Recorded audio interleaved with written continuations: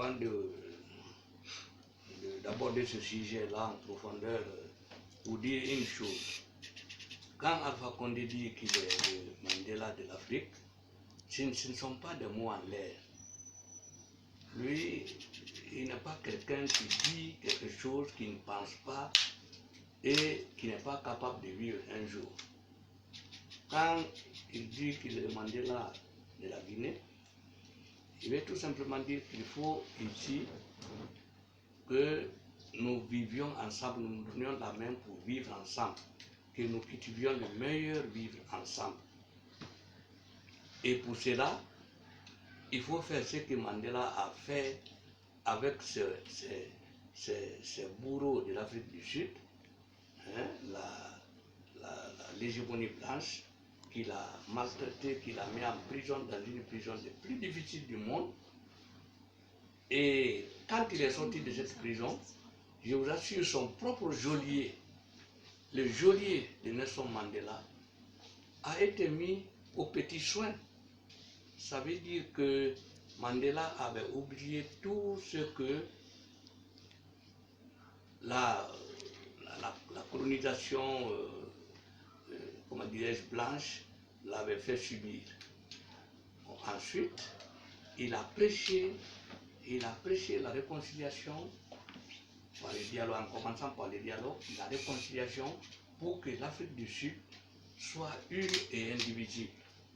Mais c'est ce que le président Alpha Condé fait depuis qu'il est arrivé au pouvoir.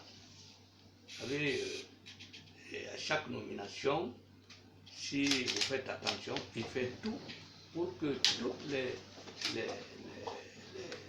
les entités, les représentants des entités communautaires soient représentés, que ce soit dans le gouvernement, que ce soit dans l'administration centrale, que ce soit dans les grandes institutions, etc. Donc, lorsqu'il dit qu'il souhaite qu'on s'asseye ensemble pour dialoguer, il est sincère, il le pense au fond de lui-même, il pense qu'il faut que les Guinéens dialoguent, que les Guinéens se donnent la main pour travailler ensemble afin de transformer fondamentalement le visage de ce pays qui peut être l'un des pays les plus beaux du monde à cause des richesses naturelles que Dieu nous a données.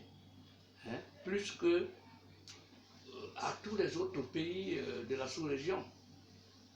C'est pratiquement toutes les ressources naturelles qui sont faites pour faire le bonheur d'un homme que Dieu a donné à la Guinée. Mais voilà que, compte tenu de tout ce que nous sommes, de tout ce que nous avons fait depuis notre indépendance, on est encore à ce niveau de développement qui est inférieur à celui atteint par la plupart des pays, même ceux qui sont désertiques. Je prends le cas du Niger, je prends le cas du Mali. Donc,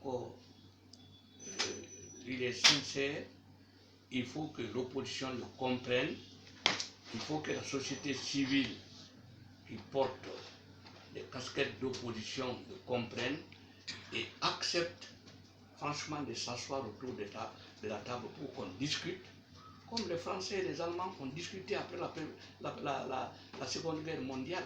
On finit par s'entendre pour faire en sorte que ce sont pratiquement ces deux pays-là qui constituent aujourd'hui, disons, la locomotive du train qui tire l'Union européenne. Il faut ça. Sinon, ce n'est pas la peine. Voilà ce que je peux dire sur ce point.